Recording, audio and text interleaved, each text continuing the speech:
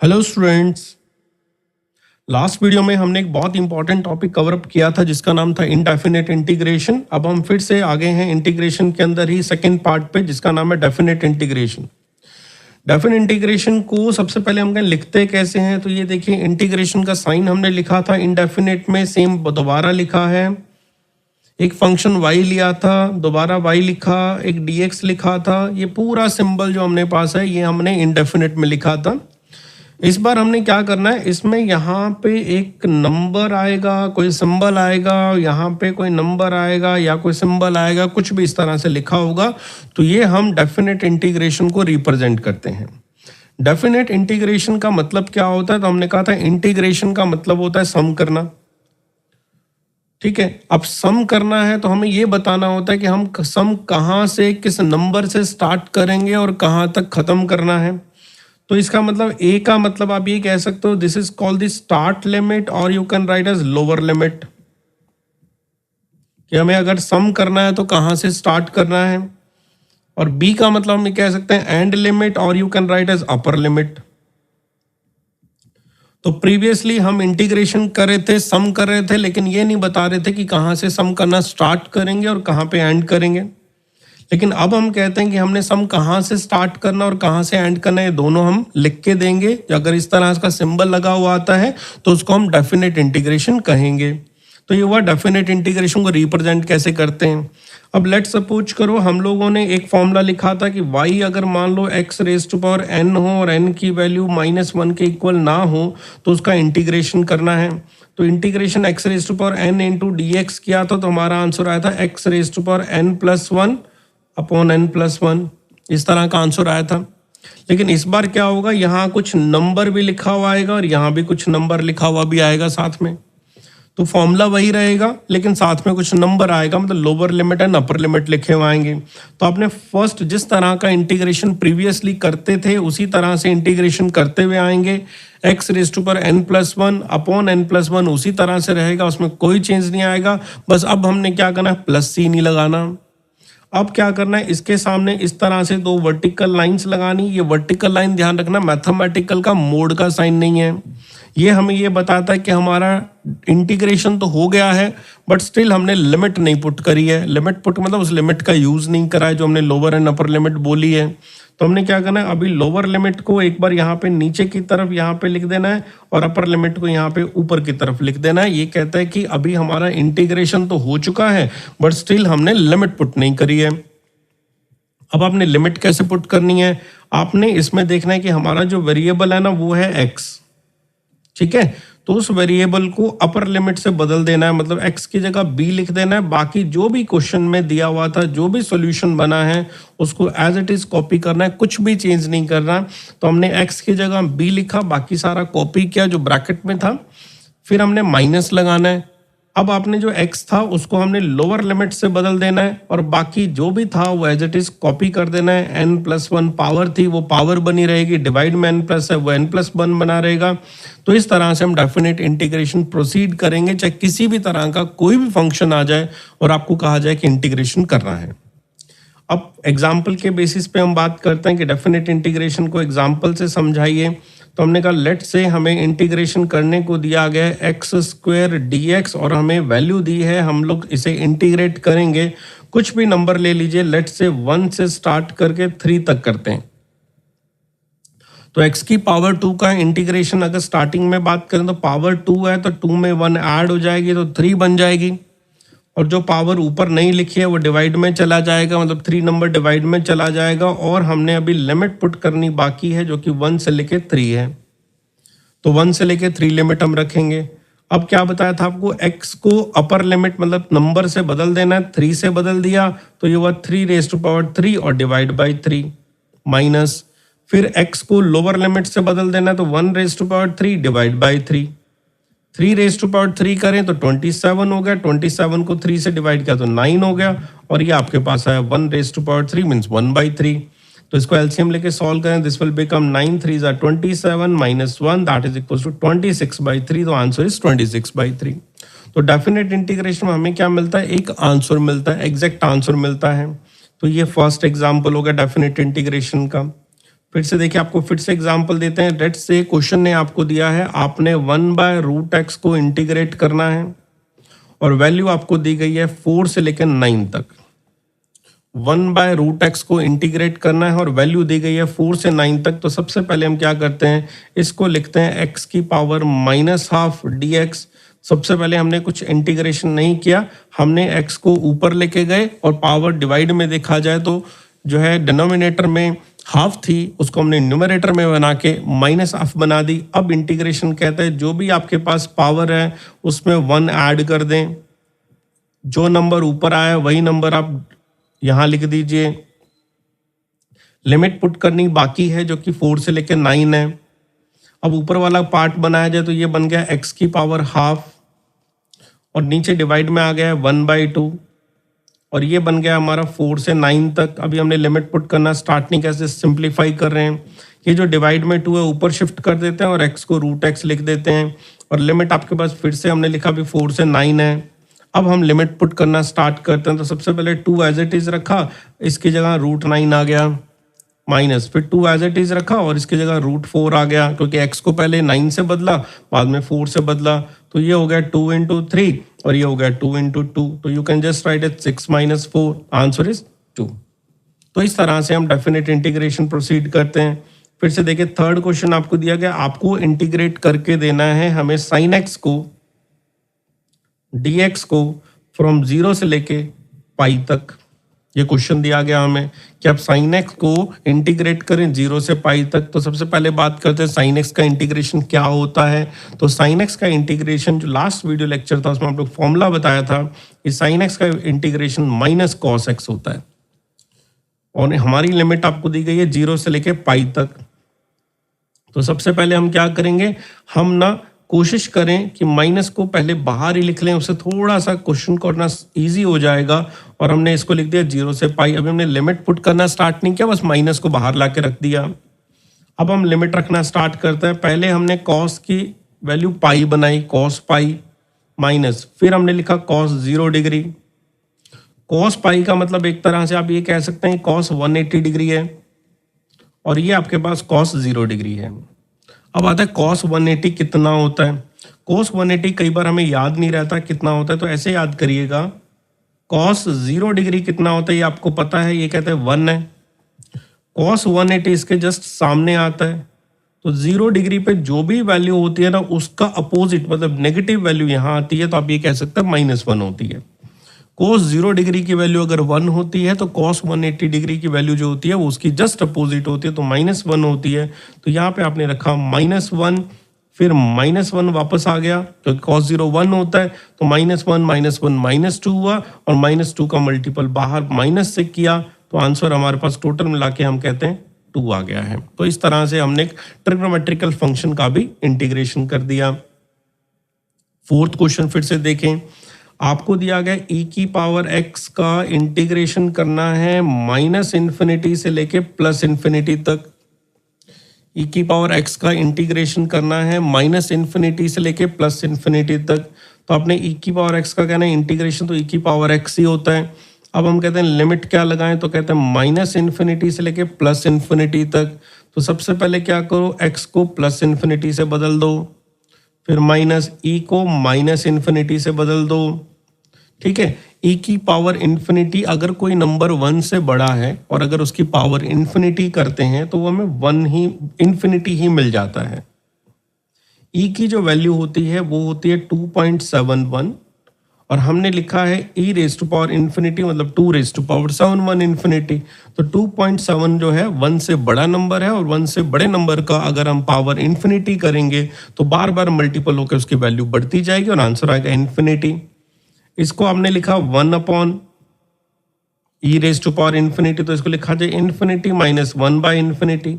और किसी भी नंबर को अगर इन्फिनिटी से डिवाइड कर दें तो वो 0 हो जाता है, तो ये वाला जो पार्ट है 1/∞ ये 0 हो जाएगा, तो आंसर विल बिकम इन्फिनिटी। तो आंसर क्या आ गया, इन्फिनिटी आ गया हमारे पास। तो अगर हम e⁻x को -∞ से +∞ तक इंटीग्रेट करेंगे तो हमें इन्फिनिटी आंसर मिल जाएगा। फिर से फिफ्थ क्वेश्चन, ये बहुत सारे क्वेश्चन हैं जिसको हम लोग डेफिनेट इंटीग्रेशन में यूज कर सकते हैं। लेट सपोज करो क्वेश्चन आपको दिया गया है GM1M2 बाय R² dr, और आपको कहता है R1 से स्टार्ट करके R2 तक इंटीग्रेट करना है।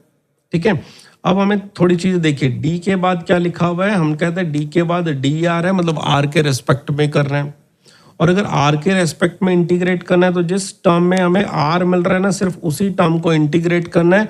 बाकी जो भी सारी टर्म्स आपको क्वेश्चन में दिखाई दे रही हैं, they will be considered as constant. ठीक है, they will be considered as constant. और कांस्टेंट का इंटीग्रेशन हम नहीं करते हैं, हम इंटीग्रेशन उसी का करते हैं जिन टर्म्स के अंदर r आता है। तो इस इक्वेशन को जस्ट रीराइट करिए, GM1M2 इसको कांस्टेंट समझ के बाहर रखा। इंटीग्रेशन हमें करना है, R1 से स्टार्ट करना है, R2 तक करना है। किसका करना है? 1/r² का करना है, dr लिखना है यहाँ पे। ठीक है, 1/r² dr करना है। तो ये आपके पास हो गया G अगेन M1M2 कांस्टेंट है, इसको r की पावर -2 लिख देते हैं, इसको dr लिख देते हैं, और इंटीग्रेशन अभी हम R1 से R2 करने वाले हैं। ठीक है, चलो ये आ गया GM1M2, r की पावर -2 का इंटीग्रेशन करें तो -2 + 1 हो गया, यहाँ पे भी -2 + 1 हो गया, और हमारी लिमिट है R1 से R2 तक। अभी हमने इंटीग्रेशन कंप्लीट नहीं किया, स्टेप बाय स्टेप चीजें कर रहे हैं।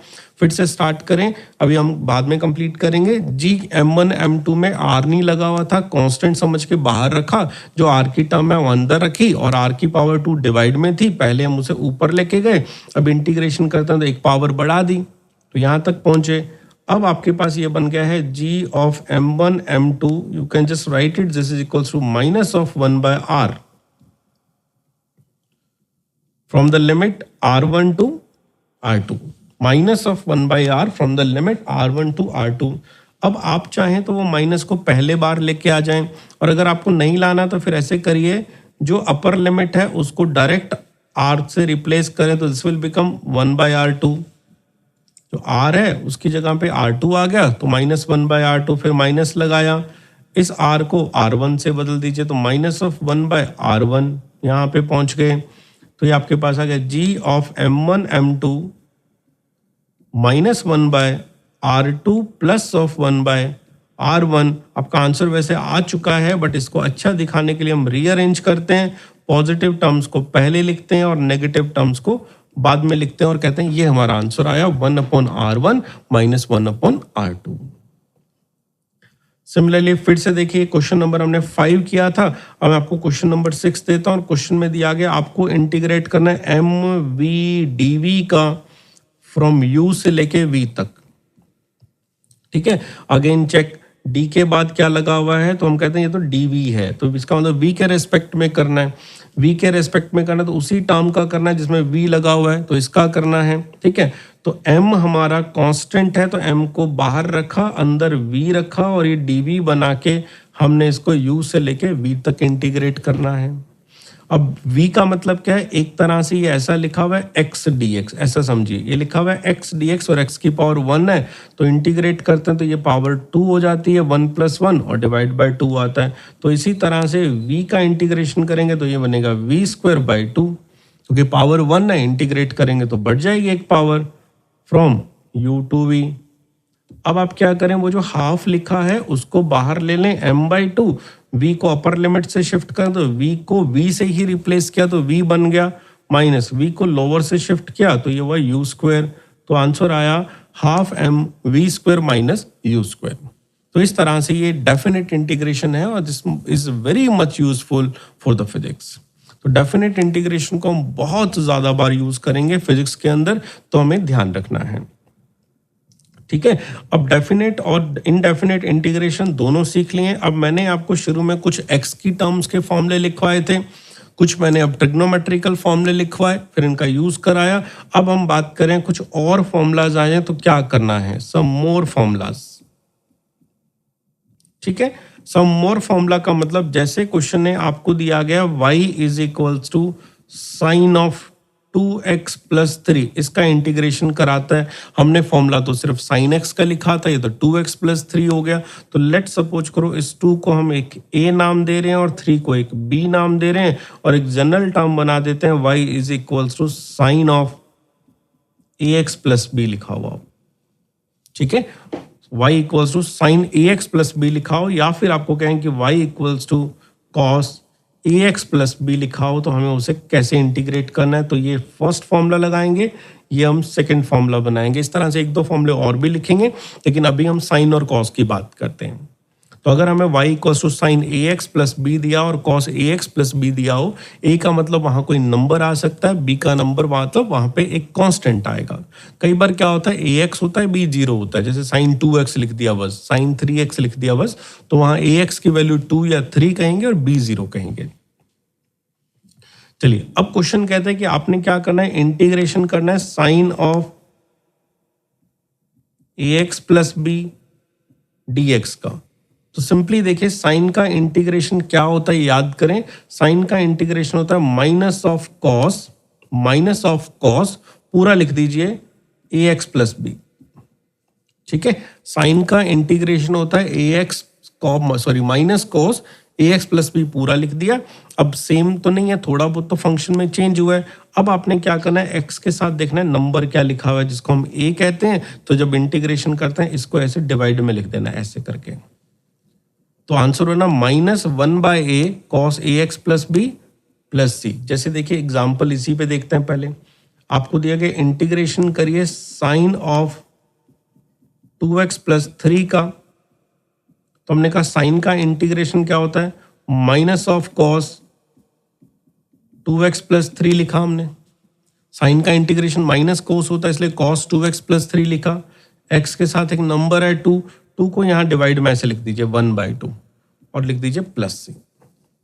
ठीक है, सिमिलरली ये आपका साइन के एग्जाम्पल बात कर रहे हैं। मान लीजिए फिर से आपको किसी ने क्वेश्चन ने दिया कि आप साइन ऑफ सिर्फ 2x का इंटीग्रेशन कर दीजिए, तो आपने लिखना माइनस ऑफ कॉस 2x, ये तो साइन का माइनस कोस हो गया, x के साथ नंबर 2 है उसको डिवाइड में लिखा प्लस c। तो आंसर आ गया minus of cos 2x divide by 2 plus c। तो ये क्या करें, जब साइन ax प्लस b का फॉर्मूला हो तो उसको cos ax plus b whole divide में a करके सॉल्व कर देना है। इसी तरह से लेट से सेकेंड पार्ट में आपको कहता है इंटीग्रेशन करें कॉस ax प्लस b का। cos ax प्लस b का इंटीग्रेशन जब आप करेंगे तो कहना है cos का इंटीग्रेशन तो साइन होता है, तो आपने लिखा sine ax plus b। x के सामने एक नंबर है जिसको a कहा, तो उसको इसी तरह से प्रीवियस की तरह डिवाइड में लिख के प्लस c कर देना है। जैसे एग्जांपल इसमें भी अगर हम बात करें, आपको integration of cos of 2x दिया गया कि आप इसे इंटीग्रेट करें, तो आप पहले लिखेंगे साइन 2x, cos 2x का साइन 2x, फिर x के आगे एक नंबर 2 देखेंगे और उसको इस तरह से 1/2 करेंगे और प्लस c कर देंगे। बी पार्ट फिर से आपको दिया गया लेट से cos of pi of x plus pi by 3 और कहते हैं इसका इंटीग्रेशन करके दीजिए। cos of pi x plus pi by 3 इसका इंटीग्रेशन करें तो सबसे पहले cos का इंटीग्रेशन साइन होता है, तो आपने कुछ भी नहीं चेंज करना, जैसा क्वेश्चन में लिखा हुआ है उसी तरह से कॉपी करें। Sine of pi x plus pi by 3। अब उसके बाद कहते हैं x के साथ एक नंबर है दैट इज अ पाई, तो हमने कहा x के साथ जो नंबर है उसको ऐसे लिख देना है 1/पाई प्लस c। तो वहां पे आपको एक नंबर मिल सकता है, पाई मिल सकता है, सिंबल मिल सकता है, तो जो भी उनके साथ ऐसा हो उनको आप डिवाइड में लेके जाएंगे, जिससे आपका इंटीग्रेशन आसान हो जाएगा। तो ये 2 फॉर्मूलेज आ गए ax प्लस b पे, जिसके ऊपर हमने 2 एग्जाम्पल्स भी देख लिए हैं कि ऐसे क्वेश्चन है तो कैसे परफॉर्म करेंगे। थर्ड फॉर्मूला देखिए, लेट सपोज करो आपको कोई कहा गया ये है formula 1/ax plus b into dx, इसका इंटीग्रेशन करना है। तो हम ऐसे कहेंगे यहाँ तो x की पावर 1 है और x की पावर 1 किस में आती थी, x की पावर 1 आती थी 1/x के अंदर आती थी, जिसका इंटीग्रेशन हम कहते थे log ex plus c।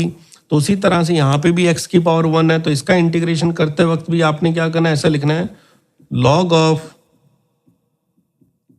ax plus b, जो भी डिवाइड में वो log में चला जाएगा। अब x के साथ एक नंबर है जो a है, उसको लिख देंगे 1/a प्लस c। ठीक है, तो हर किसी में एक ही बात कर रहे हैं हम लोग। जैसे एग्जांपल दीजिए, आपको क्वेश्चन दिया गया 1/x + 1, 2x+1 और इसका इंटीग्रेशन करना है। तो हमने कहा x डिवाइड में और सिंगल पावर है तो लॉग लगेगा, तो आपने लिखना है log e 2x+1, फिर कहते हैं x के साथ एक नंबर है 2, उसको लिखेंगे 1/2 + c। मान लीजिए फिर से एक क्वेश्चन देते हैं आपको क्वेश्चन दिया गया 1/1 - x dx, इसका इंटीग्रेशन करना है। फिर से कहना x की पावर 1 है इसलिए log लग जाएगा, log 1/x हो गया। फिर x के आगे क्या है, हम कहते हैं नंबर नहीं है तो ये -x दिख रहा है। -x का मतलब होता है नंबर जो है वो -1 है, तो you will just write as -1 + c। ठीक है, अगर x के साथ कोई नंबर नहीं है तो उस नंबर को 1 कहते हैं, और अगर उसके आगे माइनस लगा हुआ है तो उस नंबर को -1 कहते हैं। तो ये लॉगरिदम का फॉर्मूला हुआ। फोर्थ देखिए, अगर आपको कोई कहता है y = e⁻ax + b × dx और इसका इंटीग्रेशन करना है, आपने पहले e का कहते हैं इंटीग्रेशन सेम होता है, ax + b as it is लिख देना है। फिर कहता है x के साथ एक नंबर है a, तो उसको लिख देना 1/a + c। तो जितने भी आपने न्यूमेरिकल किए हैं, चाहे वो साइन है चाहे वो कॉस है ना, सब में एक ही टर्म कॉमन आ रही है, वो है ax + b। ध्यान रखिएगा, वो ax² + b नहीं होना चाहिए, वो ax + b ही होना चाहिए। एग्जाम्पल के बेसिस पे किसी ने क्वेश्चन दिया कि आप e⁻⁻2x को इंटीग्रेट करें, तो आपने कहा e का इंटीग्रेशन तो सेम e⁻⁻2x होता है, x के साथ जो नंबर है वो -2 है, तो उसको इस तरह से लिख दिया -2 + c। फिर से आपको किसी ने कहा कि आप e⁻⁻x का इंटीग्रेट करें, तो आप कहते हैं e का इंटीग्रेशन तो वही होता है, x के साथ यहाँ नंबर है, अभी बोला -x के साथ जो नंबर होता है वो -1 होता है + c। आप इसे मल्टीपल में -1 लिखें या डिवाइड में -1 लिखें, सेम आंसर आएगा। C part. अब हम यहाँ पे थोड़े से मिक्स क्वेश्चन की बात करते हैं। मिक्स क्वेश्चन ऐसे है कि आपको एक क्वेश्चन दिया गया, वो कहता है e⁻⁻x का आपको इंटीग्रेट करना है from the limit of -1 to 0। ठीक है, e⁻⁻x का इंटीग्रेशन करना है फ्रॉम -1 to 0। तो पहले कहेंगे e का इंटीग्रेशन सेम होता है, अब उसके बाद x की पावर -1 लगा हुआ है तो माइनस बाहर लिया और लिमिट लगा दी हमने -1 से 0। -1 पहले बाहर लिखा, ठीक है, पता चल रहा है हम इस फॉर्मूले का यूज कर रहे हैं। e⁻⁻x अंदर रखा और लिमिट हमने लगा दी -1 से 0, तो ये तो आ गया -1। अब आप लिमिट रखें तो e⁻x की जगह -0 रखा तो ये 0 बन गया, और e⁻- की जगह -x रखा तो ये +1 बन जाएगा। तो you can just write this is equal to e⁻0 - e⁻1। So e⁻1 होता है और e⁻1 रहेगा, तो answer will be equals to e of -1, क्योंकि माइनस पहले से लगा हुआ था। एक और क्वेश्चन देखते हैं इसी के ऊपर ही। आपको क्वेश्चन ने दिया गया कि आपको क्वेश्चन दिया जाता है cos ऑफ πt प्लस π/, कुछ भी ले लीजिए, π/3 दे दिया गया, और आपको कहते हैं आप इसे इंटीग्रेट करेंगे 0 से लेके 1 तक।